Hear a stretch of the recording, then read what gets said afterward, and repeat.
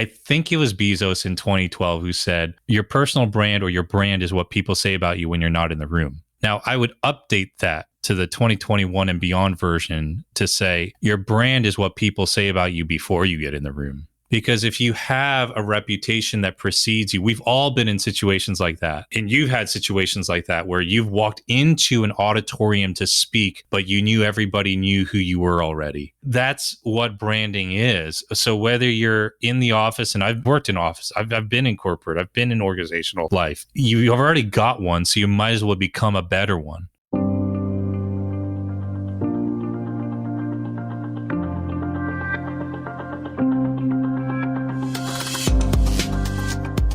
Hey everybody, I'm Lori Rudiman. Welcome to Punk Rock HR.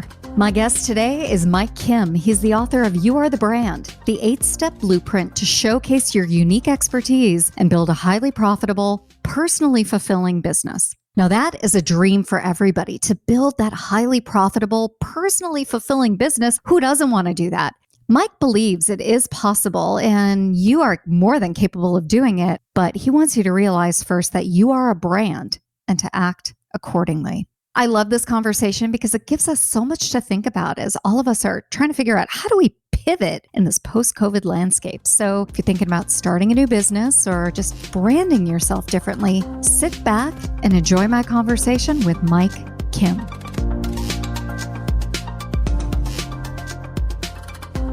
Hey, Mike, welcome to the podcast. Hi, Lori. It's great to be here. Great to be with everyone who's tuning in. Well, for everybody who doesn't know who you are, which I can't imagine that's a lot of people, we're fans of yours over here at Punk Rock HR. Why don't you tell us who you are and what you're all about? Yeah, so the stodgy answer is that I've been a personal brand consultant for a couple of years. I've worked with some folks who are uppity up in the business thought leadership space, helping them market their books, their online courses, their coaching certification programs. At the end of the day, I just want to help the small sliver of the population that wants to go out and create impact with their ideas, get their message heard, help them do a good job of it, live a good life, make a good impact on the world, and call it done. Well, let's talk a little bit about this idea of personal branding, because for every person listening, they have their own unique definition of what personal branding is. So what's yours? It is a forward, public-facing identity that is a composite of your ideas, your expertise, your reputation, and your personality. And sometimes, yes,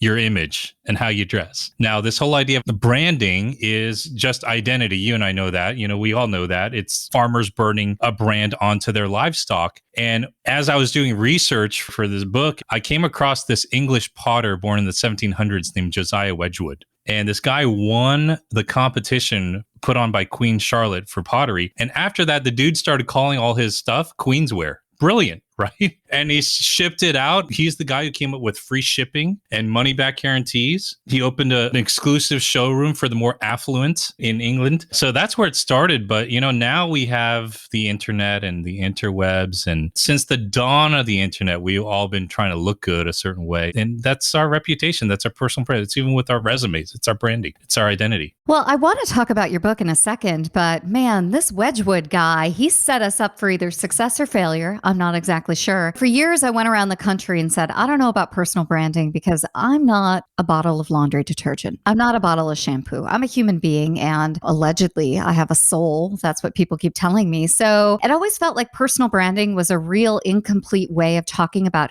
who I am to the marketplace. But I will say this, now that I'm a published author and I'm out there more and I have a bigger audience, there is no easier way than personal branding, and also more complicated way to communicate who I am and what I'm all about. Like, I have to have a personal brand, but there's tension there because I always feel like something's missing. So do you get where I'm coming from on that? I do. And this idea of a personal brand, even when I started out years ago, I didn't really like the phrase. It's just what I thought people would end up using. And now it's everywhere. Yeah, the idea of personal branding is not new at all. It's why we like Taylor Swift more than Katy Perry or vice versa. It's why we like one NBA player more than another. And it has nothing to do with who's the better player. It's a composite of their ideas, their expertise, their reputation, their personality. Years ago, my mom got, decades ago, I should say, when I was a really little kid, my mom got caught up in the home juicing craze. Yes. Yeah. So I remember that. Yeah. Right. The Juice Man juicer which was kind of the heavy hitter at the time. And then along came Jack LaLanne. And I know you're training, and this was like one of the OG fitness guys, right? And this dude had gyms everywhere, Jack LaLanne gyms, fitness centers. And he's on these infomercials 24/7. He's like 78 years old doing like 78 chin-ups. You're like, what the like what? And he's like, it's because I juice, using his juicer, of course, not the other guy's juicer, his juicer. And that's the power of the personal brand.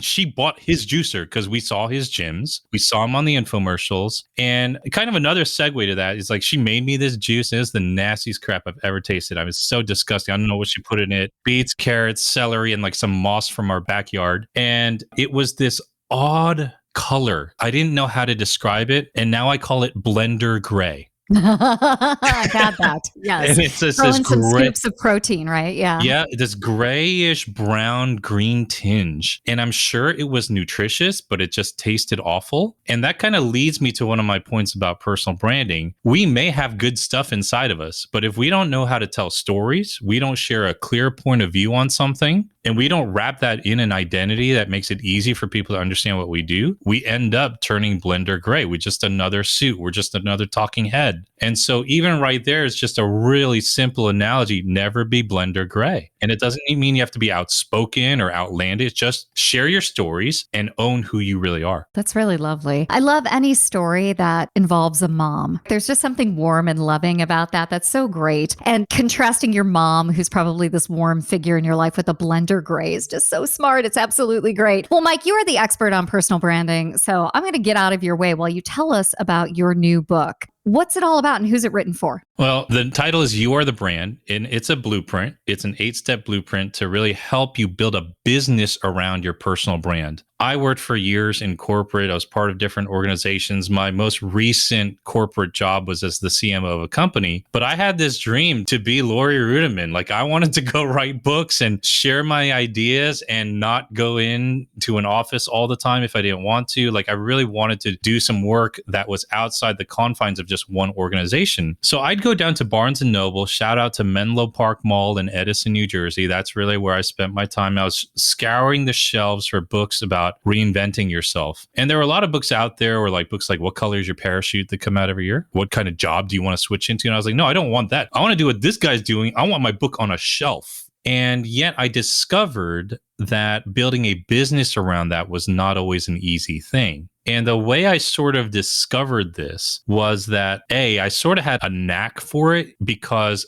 early on in my life, I was, as many good Koreans are apt to do, really involved in church. And I just noticed some guys were better at speaking than others, and people had different reputations than others. And then I was a sports fan, and then I loved comic books. Some artists had a better quote unquote brand than others. And I started to become fascinated by this idea of marketing people. Why do we like Kobe Bryant more than Michael Jordan, even though they're very comparable in skill? It's not just their team, it's their personality, it's their ideas, it's how they carry themselves. And I realized that marketing was a lot like music and art and comic books. Like, there's an art and yet there's science to it. And so the book is really geared towards corporate professionals who want to build an expert business and to help you build a compelling personal brand to build the actual business around. It's not a book about image, but it will show you how this weird world of marketing, your ideas, your messages, how it really works. And the bottom line really is like why the best marketing strategy is to simply tell the truth. And we need more of that in the world. I think the world is a better place when we do that. Well, I love people who tell the truth.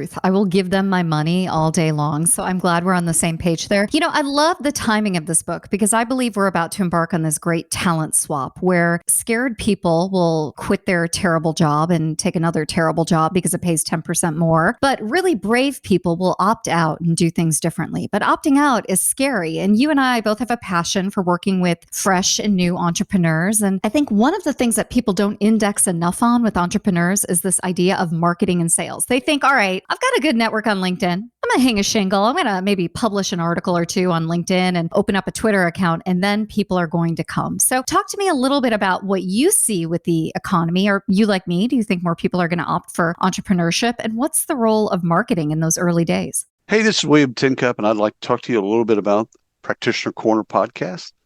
It's a wonderful podcast about the journey, the paths of how practitioners, both HR and TA, kind of go from high school, college, all the way to where they are right now, some of the things that they've learned, how they've been successful, people that thrive around them, etc. It's a fun podcast. You'll love it. You'll learn from it. Subscribe to it.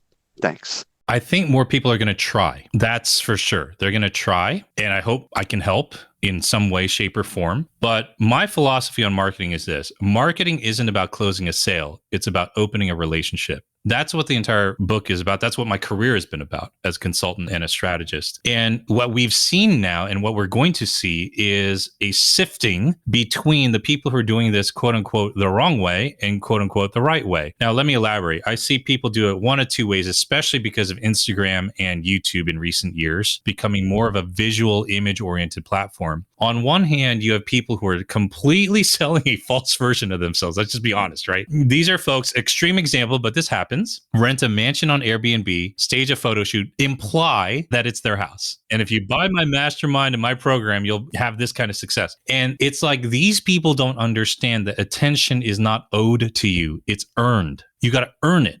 Now, on the flip side, another extreme example, we have folks who are oversharing things in the name of authenticity, quote unquote. And that's a real big word right now. And these folks are just selling their struggles. They don't have a solution. They're not leading. They're not becoming the person they're trying to sell to people. They are like folks who a car wreck on the highway, traffic crawls to a stop. Yeah, they get attention, but you can't build anything around it. It's just passing eyeballs. If you've ever seen anyone post a nasty picture of like a gash on their leg on Facebook, right away, block, unfriend, or unfollow or mute. No one wants to see that and get triggered while I'm scrolling through Facebook. Mike, I have a confession for you. When people post photos of their feet, I unfollow them. Even if they have really great feet, even if I love them dearly, I'm like, I'm out. I just cannot. I can't do it. I get TMI. Yeah, exactly. I get what you're saying. And yet there is this desire, I think, when you're opening a business and you are interested in marketing and you want to do it right, to really show the world, whether you're there or not, that you could be there and you can take those people with you. So talk to me about some of the strategies that you discuss in your book, that you give in your keynotes. When you want to have a social media presence, when you want to do it right, what are some of the tricks of the trade? What are the top producers doing to make sure they nail it? If you remember nothing else from this interview, here's the bottom line. Here's the question that serves as the litmus test for everything. Can you build a campfire around it?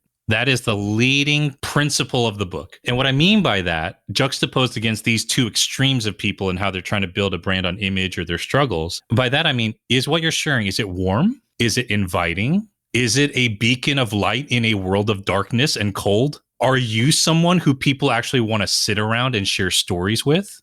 Are you someone that people want to sit at a campfire with? Can you build a community around it? That's what a campfire is. And when you have a big enough campfire, it turns into a bonfire. And that's what a lot of these personal brand, quote unquote, experts / gurus, you name it, have become. You have done this with this podcast. It's you. And you have a community of people because you've done the hard freaking work of becoming the person you're trying to sell to people. The first chapter is titled, Who Do You Have to Become in Order to Serve the People You Want to Serve?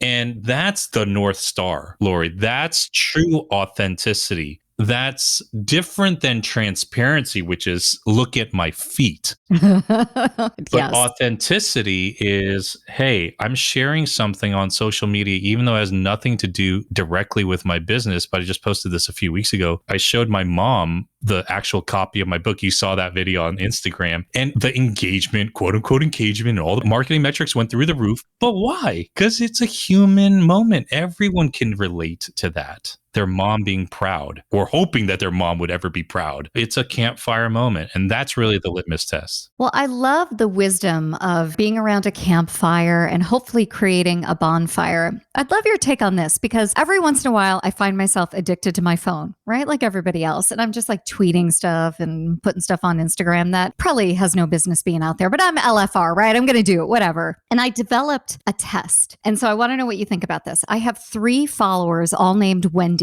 that I know of. I probably have more than that, but 3, Wendy Daly, Wendy Hamilton, and Wendy Berry. And I think to myself, would one or all 3 of the Wendys respond to this positively? Would they understand where I'm coming from? Would Would they think I was cool or interesting or this is helpful? Would they think I was silly and goofy, but it's still okay? If it passes the one Wendy test, I put it out there. If I later go back and look and it doesn't pass the one Wendy test, I pull it down. I don't know. What do you think about that? I love that, actually. I really do. There are some people that will resonate more with things than others will, and you just never know really what it is. Back to this whole example of posting your feet or your nasty knee gash on Facebook. I mean, what if that's a trigger to somebody? These folks that post pictures of the car accident they've been in, like you have no idea what kind of triggers you're stepping on for the hundreds or even thousands of people that are following you on social media. You don't know. What if I lost my dad in a car accident and I see that, right? So I love the spirit of that law, if you will. Well, and I love what you're saying about really being respectful of your audience and trying to build a campfire, a bonfire, a movement, not really focusing on yourself. Give us another example from the book of a story or just a piece of information that we absolutely need to know.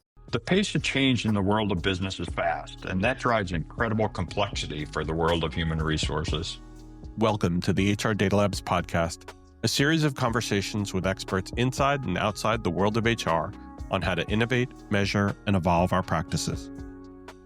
Our goal is to help provide you with practical examples of how HR has to change to meet the complexity of the business environment.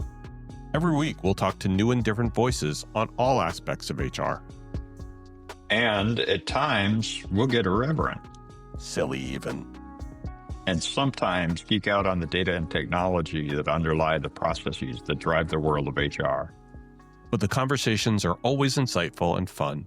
So please, enjoy the HR Data Labs podcast. 3 questions. And this is really where it starts in terms of forming a message. And the overarching principle is to actually have a point of view. You know, a lot of us have had our own point of views pummeled out of us by work life, organizational life, you name it. But the 3 questions I always start with to help people re-engage that sometimes very atrophied muscle of self-expression is what pisses you off, what breaks your heart, and what's the big problem you're trying to solve. And I use those words on purpose because it has to be emotional. It has to come from the core. I'm a New Jersey guy. You know, we talk like this. And what pisses you off is the injustice you see in the world. The thing that breaks your heart is the compassion you have for people or for a cause. And what's the big problem you're trying to solve is your business or is your role at the company. It's what you do. Business is nothing more than solving a problem for a profit. And there are also problems that are not profitable to solve, which is why we need nonprofits. So it goes both ways, but you still have to start with what pisses you off and what breaks your heart. And the fact that I can reverse engineer your message, Lori, using those 3 questions is why you have such clarity. If people can tell that the answers to those questions by listening to just 1 or 2 podcast episodes, that means you have clarity in your message. That means you've got a campfire growing into a bonfire, growing into a blaze. That's what makes it clear and attractive. Well, you know, I wouldn't be a podcast host worth her salt if I didn't ask you what pisses you off. So what pisses you off, Mike? So there are a lot of things, but this was the funny thing. When I started my business, it all started with a story, again, with my mom. So it's funny that we're talking about mom. November 2013, I literally remember it to this day because it was Thanksgiving. I was living in Piscataway, New Jersey, a little 2-bedroom condo. And it was the first time I was ever going to host Thanksgiving. So I had my mom and her husband drive up from Philadelphia. My sister and eventual husband, her fiance at the time, visit from Washington, D.C. And I was working as the CMO for this company. So I'm trying, quote unquote, trying to cook and doing all the things. And this is wonderful. And this is the first time in my life that I stayed up drinking with my mother, like till 1 or 2 in the morning, like good Koreans are apt to do. We're throwing back shots of soju and wine. We're mixing. We're going to be a train wreck. And Laura, she's telling me all these crazy stories. She's like, yeah, the first time you ever got drunk when you were 3 years old, you were teething. So you and your father and I rubbed whiskey on your gums and you passed out. We thought you were going to die. Yeah. And I'm like laughing, right? She's telling me like, oh, when I was young, me and your aunt snuck out. She's completely plastered. We stole your grandfather's whiskey and we ran down the street to our friend's house and we drank it and we put it back. I'm like, first, my paradigm of my mother has been completely shattered now. Second, I'm cracking up. This is one of the best nights of my life. And I get an email. We need you to come into work tomorrow. I was so pissed off. You know, as a CMO of the company, we weren't Best Buy. We didn't have retail goods to sell. There was no reason. I was already going in 60 hours a week. And that pissed me off. For the first time, I said, I'm really going to get serious about having agency over my own life. I don't mind a job. I don't mind a good position. There are many people listening to us right now who have good jobs. I'm not saying that jobs are bad. It's just that was the catalyst for me to say, I need to start living life on my own terms. And so that really, to no end, just pissed me off. I was like, what if I get in a car accident? What if she gets in a car accident? What if we never have nights like this again? They're at my house by themselves. That's lame. So the question becomes, did you go to work? I did. I went. I think like so many people out there now today, they make those tough choices because of financial obligations or commitments to their team or whatever it is. They're going to go to work and they're going to make that decision and it's going to eat them alive, but they may not be entrepreneurs, right? To your point, they may be intrapreneurs. They may be corporate professionals who actually love being a part of something greater than themselves. Do they need personal brands as well? Yeah, because you already have one. And it's what you call a reputation, right? I think it was Jeff Bezos. I tried to look this up, but I think it was Bezos in 2012 who said, your personal brand or your brand is what people say about you when you're not in the room. Now, I would update that to the 2021 and beyond version to say, your brand is what people say about you before you get in the room. Because if you have a reputation that precedes you, we've all been in situations like that. And you've had situations like that where you've walked into an auditorium to speak, but you knew everybody knew who you were already versus who this lady, I've had those moments too, though. doing 400-pound deadlifts on her Instagram. Like, what is this? Right. And that's what branding is. So whether you're in the office, and I've worked in office, I've been in corporate, I've been in organizational life. You've already got one, so you might as well become a better one, which is the whole point of this. And people will say, well, Mike, I don't want to be fake. That feels like it's not really me. I just want to be me all the time. That's a bunch of BS. Look, my friends know me very differently than my family, who know me very differently than my colleagues. I swear my friends and family still don't understand how I make money or what I do for a living. They know me completely different than my work colleagues. And when those worlds intersect, it's hilarious. Like a lot of my work friends have become friends of my normal, quote unquote, real life friends. And they're like, we don't understand what Mike does. Like, what is he? You do stuff like him too? You're one of these weird coaching consultant people? What the frick, But all of those identities are still me. So yeah, you got to do the hard work of becoming who you're trying to say that you are. And then everything will fall into place. Well, as we start to wrap up the conversation, I want to know what you want to leave our audience with, our community with. Like, what's really important for them to know about Mike Kim, the message, the book? My favorite chapter in the book is the last one. And it's because nobody really talks about this, or I haven't seen it talked about a lot. But if I could say to you one thing that will help you in your life, no matter where you are, is to understand that relationships are rocket ships. I've had so many people rally around. It's just, I've tried to do the hard work of cultivating relationships. And the overarching principle is this, because a lot of people will then have comparison traps set in and say, well, if I worked at that company or I did this or I had that kind of mentor, it would be better. Here's what I would say. Don't look for a significant place to serve. Make where you're serving significant. Go all out. You're going to win. At the end of the day, you're going to win. Ultimately, there's no way that you can't win. Be generous, open doors for people. I truly believe that stuff. So outside of all the tactical, strategic, copywriting type of stuff that I say in the book, that's really a life principle that's helped me. And wherever you are, whatever level you are at your department, whatever stage you're at in your side hustle or in your career, whatever it is, make where you serve significant. Focus on the people who are at your party, not on who's not there. And you do that, you'll come out on top. You'll have greater influence, impact, and income, but you won't care about it as much as you will about the other things. So yeah, that's the message. Well, Mike, I'm so pleased you were on the show today. And I want to give a shout out to our mutual friend, Jennifer McClure, who introduced us, host of the Impact Makers podcast. We love her. We appreciate her. And I'm very lucky that she brought you into my life. So thanks, Jennifer, for that. And Mike, we'll share all of your good stuff in our show notes, but just tell everybody where they can go and find you on the internet. The book is at youarethebrandbook.com. But hey, you're listening to a podcast. And if you want to jump on over and hear my podcast, it's called Brand You. The great Lori Rudiman is on the show. She's been there and will be back time and time again. So I know most people listen to about 7 podcasts a week. So give me a shot. Let me be one of your 7 for a few weeks. And if you like it, just keep on listening. But the Brand You podcast is where you can find me. I love it, Mike. I was honored to be on your podcast. It's good stuff. You've got good people there. And thanks again for coming on the show and teaching us a little bit more about personal branding. It was my pleasure. Thank you. Hey, everybody. I hope you enjoyed that conversation on Punk Rock HR this week. Now, for more information, all the notes, all the highlights, all the resources, you know where to go. You can head on over to lorirudiman.com/podcast. Now, that's all for today, and I hope you enjoyed it. We'll see you next time on Punk Rock HR.